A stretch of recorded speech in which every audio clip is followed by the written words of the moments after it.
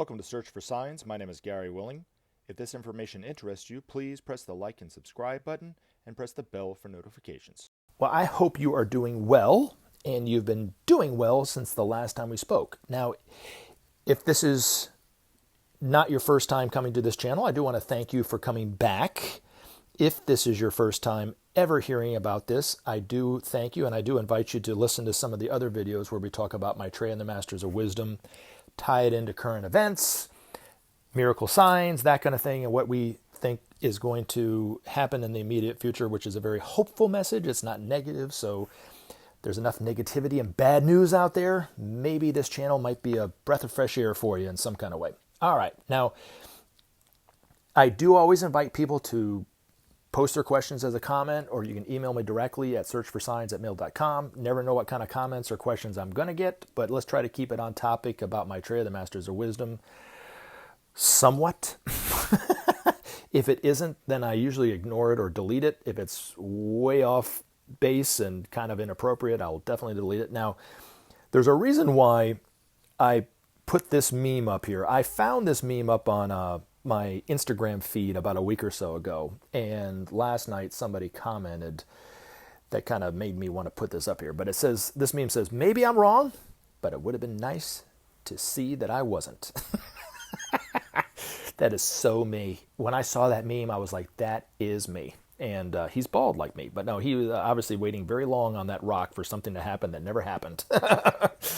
But this person asked a question. He goes, "Why does every religion wait for the one to come, only to die waiting? I do admit it's bad, like cashless system, chip in the forehead bad. Woo!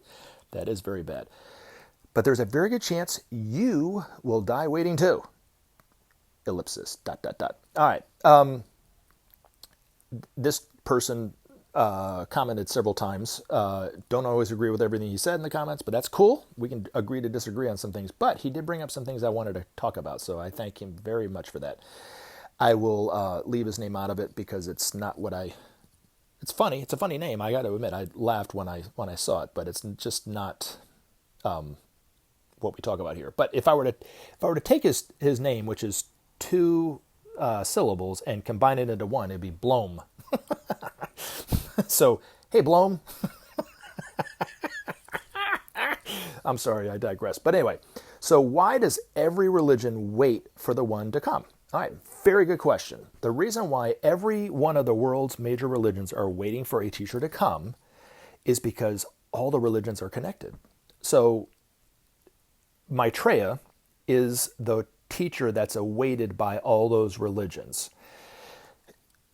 Of course, the fundamentalists of each one of those religions would totally disagree with me on that statement. That's fine. They can disagree. They can wait for their teacher, but that's the one that they're waiting for. And when Maitreya comes out and declares himself on TV on the day of declaration, he will, I'm sure, address this, that he is known by those names, or, he is looked for as the Christ, or look for as the Imam Mahdi. He doesn't like to be called those names. He doesn't refer to himself as those names, but people such as myself who have a Christian background, who know this information and believe this information, see that he's the Christ come back. But if I had had a Muslim background, I would look for the Imam Mahdi to come back. So I would probably in more of my videos refer to him as the Imam Mahdi. Now, he promised through each one of his representatives in those religions, whether it was Krishna, Jesus, Muhammad, the Buddha even, which the Buddha, he didn't work through Gautama Buddha, but the Buddha himself did, who is a brother of Maitreya, one of the other Christs. There's two Christs on this planet. Not the Christ in the Christian terms, but he embodies the soul nature of, or the love nature of God, the same way that the Buddha does. But they do it on different aspects. The Maitreya embodies the love aspect. The Buddha embodies the wisdom aspect. But I digress. But through Gautama Buddha, the Buddha made the prediction that at around this time would come another Buddha by name Maitreya Buddha, who would inspire and galvanize humanity to build a brilliant golden civilization based on righteousness and truth, which is what he's about to help us do. All right, now, The reason why they're all waiting, again, is because it's obviously been thousands of years since he made that promise. But that's the reason why he's coming back, is to fulfill the promise that he gave to humanity. And even those people who don't have a religious background, he made that promise to them too. So, but he's not coming to confirm a specific religious expectation of their awaited teacher. He's coming back for his love of humanity, but also for fulfilling that promise that he made. Now, in terms of will I die waiting too? I hope not. Hope, he's not waiting too much longer. But here's the other thing too about it, Bloom, is, I've already seen Maitreya many times, so I'm not waiting for him to come back. I am waiting to see him on TV. He's already been on TV for 10 years, but maybe I've seen him, maybe I haven't, because he's not claiming to be Maitreya. So we don't have to wait, really. And even those people who have commented on my channel about waiting for Maitreya, it's been 20 years, it's been 30 years since I heard this information, blah, blah, blah, blah, blah. I always say the same thing. Why are you waiting? It's better to do something about it.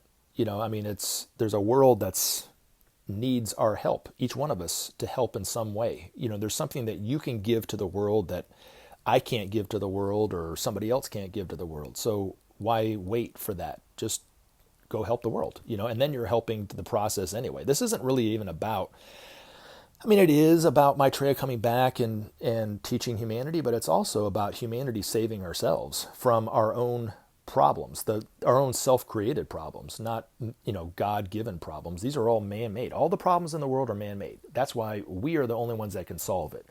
So to look for the masters to help us solve the problem is about the same as looking to birds to help us solve the problem. They're not the problem.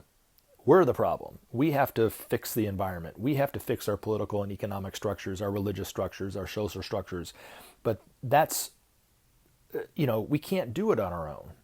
So that's the reason why the teacher has come back in the way that he has. So hopefully that helps. Alrighty. Now, what else did you comment? It said, LOL. I always love that. Laugh out loud, baby. Dude, you are full of crap. When your Maitreya says, it's direct energy weapons that are starting fires in California that burn houses, but not the woods, then I might pay a little attention. Until then, you and Maitreya are some snake oil salesman. Yeah, I would be full of crap if I said that. Did you even listen to that video? Because I never once said anything even close to that. I haven't even brought up the California fires, so I don't know who you're talking about, but I didn't say it, and I know Maitreya hasn't said anything about that. So, okay, like I said, had I said that stuff, or even Maitreya said that stuff, yeah, we'd be full of crap. I'll be the first to admit that, but I never said it, so there you go. All right, and then the other comment you talked about, where is it? I won't read all of it, but anyway, it says, I'll just read half of it through. It says, then the Jews from Europe went over to Palestine to kick them out, just like the rest of history. Tell me one story that the European came to a foreign land to occupy it, but the Jewish, I'll put Jewish story, keep it politically correct, is different. No, you are blinded by a Zionist agenda made up of the Black Pope, IHS Krogu Knee of Jove, okay, whatever. You are worshiping a false god, bruh. All right. Again, did you even listen to that video? Because I didn't talk anything about Israel. So where are you getting all this stuff? According to the masters, the Jewish-Palestinian problem was put into place by the forces of materiality. They were the ones that set them in opposition when they moved the Palestinians off their land that they held for thousands of years and put all the settlements up. It was done with the United States, England, and Russia, I think, maybe Russia, I don't know, but it was the former Allied countries were the ones that did that. And when they did that, they didn't, whether they realized it that they were doing it for this reason or they were totally ignorant of the fact, it was actually done under the inspiration of the forces of materiality. So the Zionists, and even Benjamin Creme's master talked about this, that the antichrist energy of the Axis powers of Germany, Italy and Japan. When they were defeated, they weren't destroyed. And that energy went right into three more points of darkness. One is in Eastern Europe, centered around Yugoslavia, Bosnia, that area. And that's where all the genocides happened under Milosevic back in the 90s and so forth. The other one is in the Pentagon. And then the third one is the Zionist movement in Israel. So they actually see it as a, nefarious plan that was put into place by the forces of darkness. And it's created quite a, obviously, instability in not only that region, but in the entire world. So according to Benjamin Creme's own master, Maitreya is really the only one that can help solve that problem, because the way that the Israelis are trying to rectify the problem in a just way, and I'm putting that in quotation marks. If you would have seen me, I would have doing that in my bedroom with my own hands. So I'm not on video, so you have to just take that I was putting that in quotation marks. Is not a very just situation. And I always think about it when people always talk about, oh yeah, it was of course, Israel, had the right to be able to do what they did. Yeah. And you go talk to any American now, and a red-blooded, QAnon American, right, flips out about wearing a mask at a Walmart. Now imagine if a foreign power came in and moved them off their land and put the Cherokees back on their land, for instance. All the Indians that got forced out of their land. It was obviously a very unjust situation the way that happened, but it did, and it's done, right? And unfortunately, nobody can really go back and change it. But that's exactly what they did in Palestine, is they moved the Palestinians that were living there for thousands and thousands of years and moved them out and put, the Israeli settlement back in there, So, and according to Maitreya himself, he said it's getting to the point where it's almost too late for them to try to fix it. Because now it's almost getting to the point, just like with the Americans and the Native Americans, where it's now too late, to try to solve that problem. But anyway, hopefully we'll work it out before it's too late. All right. Now, I guess that was the only one for him. So there was a couple other things he said, but I don't really need to comment on it. Now, somebody else actually said something nice. All right, JW, thank you for sharing this. You are so welcome. It is always my pleasure to put it all out there for everybody, talking about Maitreya, the Masters of Wisdom. I do think this is the most important story that at least I could be talking about, but anybody could really be talking about it this time, but that's just my humble opinion. All right. We got a question. Next question. You talk about your Maitreya experiences. Did they happen physically, or were they visions? When did you start having these experiences? Are you the only one having these Maitreya experiences? No, they happen physically, and you can hear more about all my Maitreya experiences, or at least most of my Maitreya experiences, in a playlist that I set up on my video. When did you start having these experiences? The earliest one I remember was when I was in like the 3rd or 4th grade. I can't really remember the grade. I think it was the 3rd grade, based on who I remember sitting at the table in the elementary school along with me. They were in my 3rd grade class. So I'm assuming it's my 3rd grade class, but I can't really remember for sure. But anyway, I was eating with my classmates, and there was a kid that was walking with the special needs kids who ended up being Maitreya, who I had never seen before in my school and never saw after that. But everybody else at the table saw him. So it wasn't like I made this up. Okay, because they all laughed at me. As the special needs kids were walking out of the cafeteria, Maitreya, I see him out of the corner of my eye gunning for me, bouncing right at me. And he took me by the shoulders and swung me back and forth, and, in a very, at the time seemed very embarrassing, but now I think it's quite funny. Said, my brother, I miss you so much, my brother, I love you so much. And I pushed him away, and I said, get away from me, you octopus. And as he was walking away, I just remember he turned around and looked at me. And even as a young boy, the eyes were Maitreya. And every time I've seen Maitreya, I've always seen him and recognized him from his eyes. They say the eyes are the key to the soul, so that would make sense why I would recognize him from his eyes. Even the dream experiences that I had were centered around Maitreya's eyes. But the other time, the first experience I remember was actually, and then I remember this one, but was, at the time was the payphone story. I had a payphone, Maitreya wrote on a payphone a message that I wrote in Japan. So I don't want to get into it too much. You can go and seek out that video. But yes, that he was just as physical as an ordinary person would be. He just said things a lot that, were quite extraordinary based on either something that I was thinking, something that, maybe I was thinking a day or two before he mentioned very specifically, and directed it toward that, or it was something I was thinking while I was around him, that kind of thing. The other times I've had some experiences, and I always bring this up. If you go to the Share International website, you can read about the quote-unquote hand of Maitreya, the imprint of Maitreya's hand that he put on a mirror in Barcelona, Spain. It looks like a 3D image. It doesn't look like a dirty handprint. It looks like the Shroud of Turin is really what it looks like. Now, an image of that, you don't have to look at the real thing, just an image of the hand of Maitreya, according to Maitreya himself, if you look at that image, you can invoke his help. And it's always best to be specific. And he said you might not recognize the help, but he always will try to give you help within limits, but he will do his best to help you.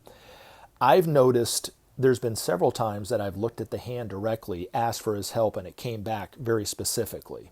Okay, so one of my all-time favorite experiences about Maitreya to talk about kind of is centered around this, but it didn't happen to me. It happened to somebody that I worked for. And back in 2009, I was working 3 jobs. So this was when I was still waiting tables. And I was cleaning a government building after I'd worked my 2 jobs. So I was working till 1 or 2 o'clock in the morning sometimes, and then I have to go wake up at 5 or 6 and then go to work. It was just, I was getting really exhausted working this much. And their building that I was cleaning, it would only take me usually about an hour-ish to clean. So I could get there, knock it out, and I could be home and, get my sleep or whatever like this. But for this month or so that I was really kind of coming up against it, this one side of the building had an exorbitant amount of trash. Every time I would go up there, it would just take me, 2 or 3 loads. I would have to go down. It'd take me an extra 15, 20 minutes sometimes to dump the trash. And it really was just enough that it was just getting under my skin. And I asked Maitreya for help. And I said, God, if there was just somebody that could just help me just with the trash. So I was specific, right? I didn't say help me with the whole building. I just said, help me with that side of the building and the trash. And I wasn't asking him for him to do it. I was just looking at the hand, talking about it. And lo and behold, I don't know, it was a week or so later, I was cleaning my building like I normally do. I went upstairs expecting it to have that same amount of trash, and there was nothing.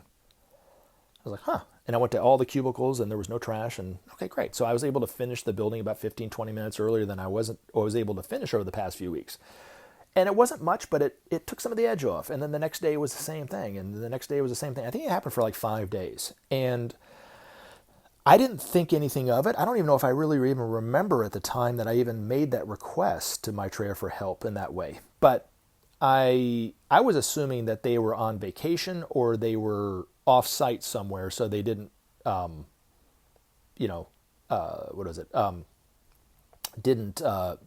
the trash in there, right? Now, the reason why I know it was something that had to do with Maitreya is because this is where it gets kind of interesting. This was a government facility, so it was actually medium secured facility. It wasn't like a super secure, super max security, but they did have a security guard. It was locked, so people couldn't just walk through there and do their thing. You would have to have gone through security to get into the building. Because it housed the helicopter and the governor's planes that he used when he needed to fly from Atlanta to Savannah or to Chattanooga or some kind of regional area. He would use those planes in there, so it needed to be locked up and secure. It was right on the airport too. So anyway, this trash, like I said, was not there that week. Well, that was in December, and then in January, I think, of the next year. So this is January 2010, right around the time that Maitreya's first interview came out. there was a woman who, this is another funny part of the story I'll tell you later, but anyway, her name is Carol. And she was the manager of that side of the building that had all the trash. And I was upstairs and I was about to head into her side of the building, which was always locked. I always had to open it up and go in. But I was cleaning the bathrooms, and she comes out to use the bathroom. And she goes, "Hey, Gary, do me a favor. Don't lock the door. I left my keys on my desk. I just need to use the restroom. I'll come right back inside." I said, "Sure, no problem."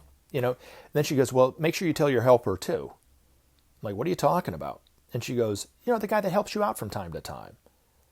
And I said, "Carol, there's nobody that helps me out." And I said, "Are you talking about when I took a vacation to the Philippines for, a week or so? LaQuanda?" She goes, "No, that was LaQuanda, who was the security guard. She actually helped me out. She made some extra money that week that I was gone." And I said, "Are you talking about her?" And she said, "No. There's a tall man. He's an African-American man. He's about," and I said, "What did he look like?" And she goes, "He's about 6'2", 6'3", very polite, very quiet, just walked in and got the trash." And I said, "When did this go on?" And she goes, "It was back in December, and it was that week that I noticed that all the trash was gone." And so her face dropped. She goes, "Gary, I saw a man. I swear to God." I said, "I believe you, Carol." I never told her about Maitreya, but I said, "I believe you," right? So it was just one of those kind of things that it didn't happen to me. It happened to somebody else, but it was because I asked Maitreya for help, And then when I started this channel last year in February, one of the first Maitreya experiences I wanted to talk about was this Maitreya experience. And I could not remember Carol's name to save my life. I was like, "Oh my gosh, I want to talk about it, but I don't want to say there's this lady." I wanted to use that name. I thought it would add a little bit more, authenticity to it if I could remember her name, So I asked Maitreya through the hand if he could help me to remember.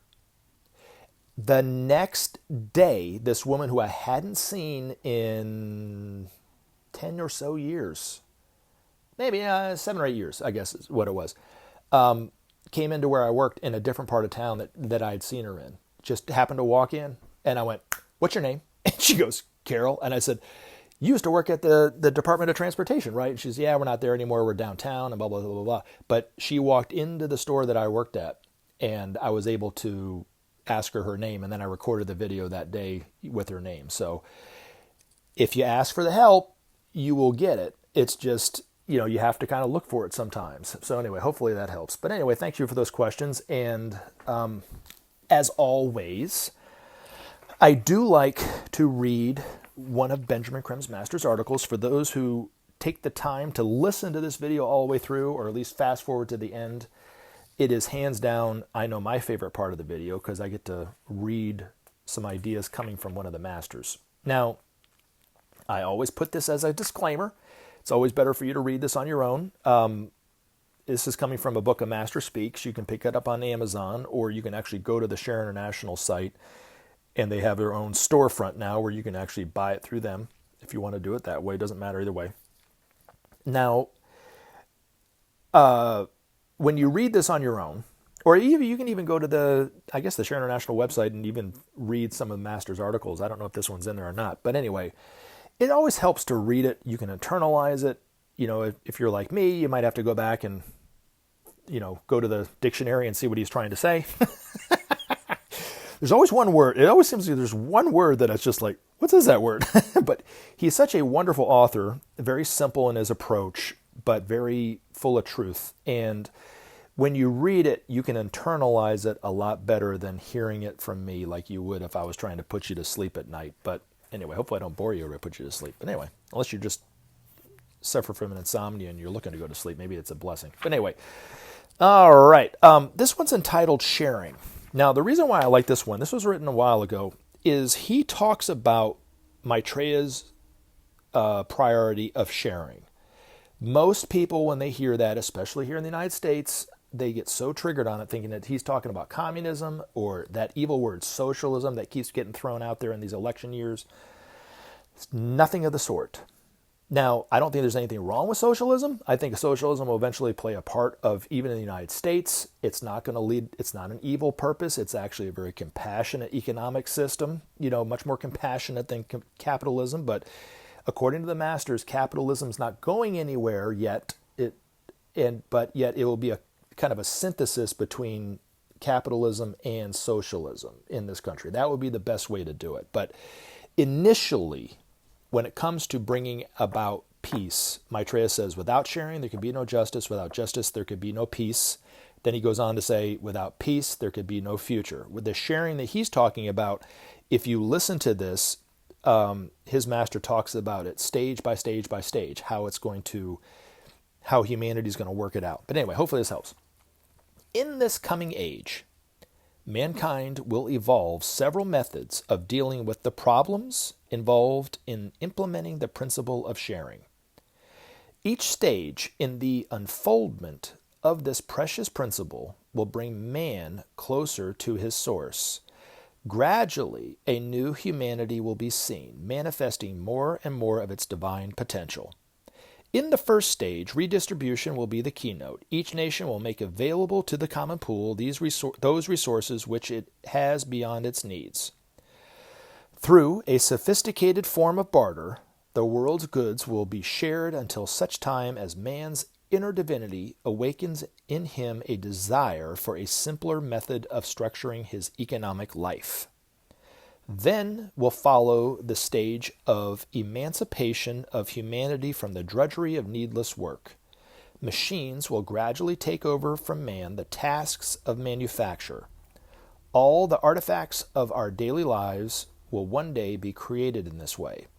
This will lead to a self-sufficiency unthinkable today. So great are the differences in development and resources among the nations. These machines will liberate man for the exploration of his own inner nature and guarantee his progress toward divinity.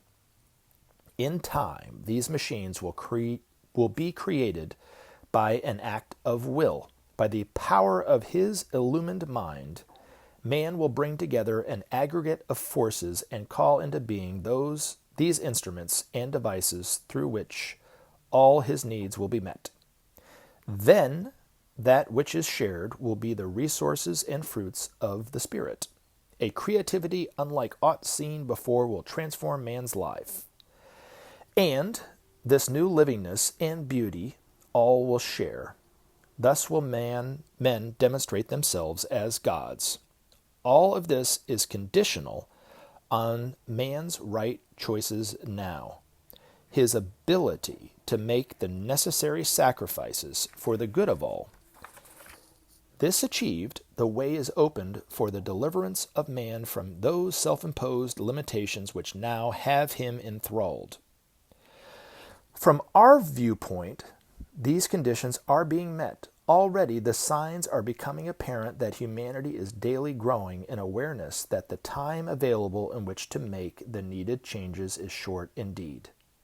Before long, there will emerge a new sense of oneness, of belonging to one family of brothers and sisters. A new and better direction will fashion men's lives, and together in growing harmony the steps will be taken which will ensure their progress. A growing realization of man's destiny and purpose will carry him forward and enlighten his path. Thus the stages of sharing will be implemented, expressing at each stage some further aspect of man's divine nature, revealing in ever-growing radiance the glory of that nature. Much there is to do in this coming time to seize the opportunities now being presented to humanity to evolve in a altogether heightened rhythm. Never before in such potency have the energies been available for this. The time is thus unique. Unique also is the presence in your midst of the Prince of Peace, the herald of the new dawn, and a growing number of his disciples. Under our wise guidance, man will come to realize his true stature and fulfill Remember to his take action destiny. and help SOP save our planet. Thanks for listening, and we look forward to talking to you again in future videos.